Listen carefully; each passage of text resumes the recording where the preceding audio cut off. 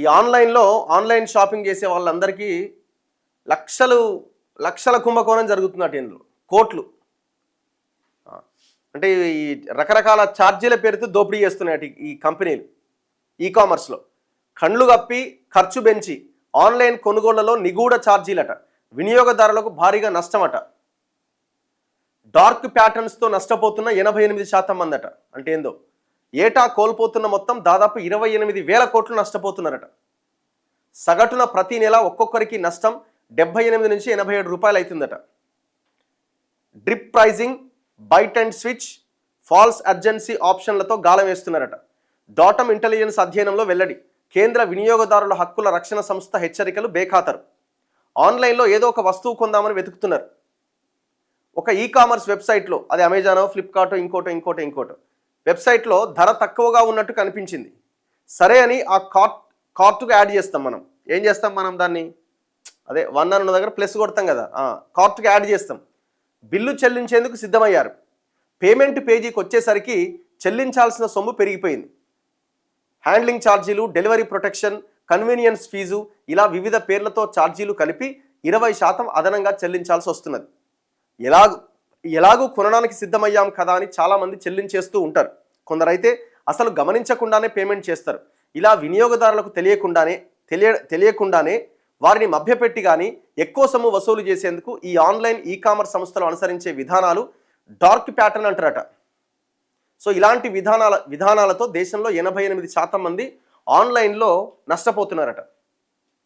ఇప్పుడు ఆ ప్రొడక్ట్ 50 రూపాయలు ఉంటుంది, అది మనం ఓకే చేసి పేమెంట్కి వచ్చేసరికి 70 రూపాయలు చూపిస్తుంది. మరి 20 రూపాయలు ఏందా అంటే మొత్తం ఇక రకరకాల ఏవో ఉంటాయి.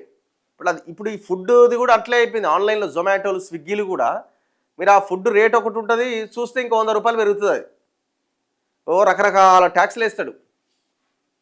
సో ఇట్లా దాదాపు ఎవ్రీ ఇయర్ అట 28,000 కోట్ల లాభాలు గడిస్తున్నారట. 28,000 crores అట. ఏటా ఏకంగా 28,000 కోట్లకు పైగా నష్టపోతున్నారని తమ అధ్యయనంలో తేలిందని డాటమ్ ఇంటెలిజెన్స్ అనే సంస్థ వెల్లడించింది. ఈ మేరకు ఈ dark patterns in India's online market places పేరిట ఒక నివేదిక విడుదల చేసింది. 1-2 కాదు, ప్రస్తుతం ఉన్న ఆన్లైన్ కామర్స్, క్విక్ కామర్స్ వెబ్సైట్లు, యాప్లలో చాలా వరకు ఇలాంటి డార్క్ ప్యాటర్న్స్ అనుసరిస్తున్నాయట.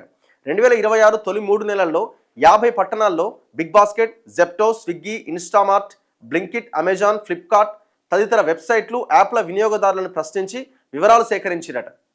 నివేదికలో కొన్ని అంశాలు: దేశంలో సుమారు 30 కోట్ల మంది ఆన్లైన్లో కొనుగోలు చేస్తున్నారు. వారిలో 88% మంది వివిధ డార్క్ ప్యాటర్న్స్తో డబ్బును కోల్పోతున్నారు. కామర్స్తో పాటు బ్యాంకింగ్, ట్రావెల్, క్యాబ్లు, ఇన్సూరెన్స్, ఆన్లైన్ పేమెంట్ గేట్వేలు, లోన్ యాప్లు, వెబ్సైట్లలో కూడా ఈ నిగూఢ ఛార్జీలు, మభ్యపెట్టి మోసగించి అదనపు సొమ్ము వసూలు చేయడం వంటివి జరుగుతున్నాయి. సగటున ఒక్కో ఆన్లైన్ వినియోగదారు ప్రతి నెల 78 నుంచి 87 రూపాయలు నష్టపోతుంది. 2024లో 52% మంది ఈ ఛార్జీల సమస్యను ఎదుర్కొంటే 2025కి వచ్చేసరికి అది 63%కి పెరిగింది. వెబ్సైట్లు, యాప్లు అదనంగా సొమ్ము వసూలు చేసేందుకు ఈ drip pricing, bait and switch, false urgency, ప్రీటిక్ ఫోర్స్డ్ యాక్షన్ వంటి విధానాలు అమలు చేస్తున్నాయి. సో డ్రిప్ ప్రైజింగ్ అంటే ఏంది? వస్తువు ధరను తక్కువగా చూపిస్తారట. చెల్లింపుల పేజీకి వెళ్ళేసరికి హ్యాండ్లింగ్ ఛార్జీలు, ఆ ఛార్జ్, ఈ ఛార్జ్ అని ఎక్కువ వసూలు చేస్తున్నారట. బైట్ అండ్ స్విచ్ అంటే మొదట వస్తువు ధరను తక్కువగా చూపిస్తారు, క్లిక్ చేసి చూస్తే అది అందుబాటులో లేదు అని, అదే తరహాలో మరో మోడల్ ఉంది అని చూపిస్తూ ఎక్కువ ధర కనిపిస్తుందట. గమనించకపోతే ఎక్కువ సొమ్ము చెల్లించాల్సి వస్తుంది. ఫాల్స్ అర్జెన్సీ అట. ఏదైనా వస్తువు కొంతసేపు మాత్రమే అందుబాటులో ఉంటుంది అని కానీ, డిస్కౌంట్ కొంతసేపే ఉంటుందని కానీ టైమర్ చూపిస్తారట. మానసికంగా ఒత్తిడి కలిగేలా చేస్తారు. హడావుడిగా కొనడానికి సిద్ధమై క్లిక్ చేసి చెల్లింపుల పేజీకి వెళ్ళేసరికి తిరిగి మళ్ళీ ఇతర ఛార్జీలు ఉంటాయి. గమనించకపోతే ఎక్కువ సొమ్ము కట్టాల్సిందే. ప్రీటిక్ ఆప్షన్లట.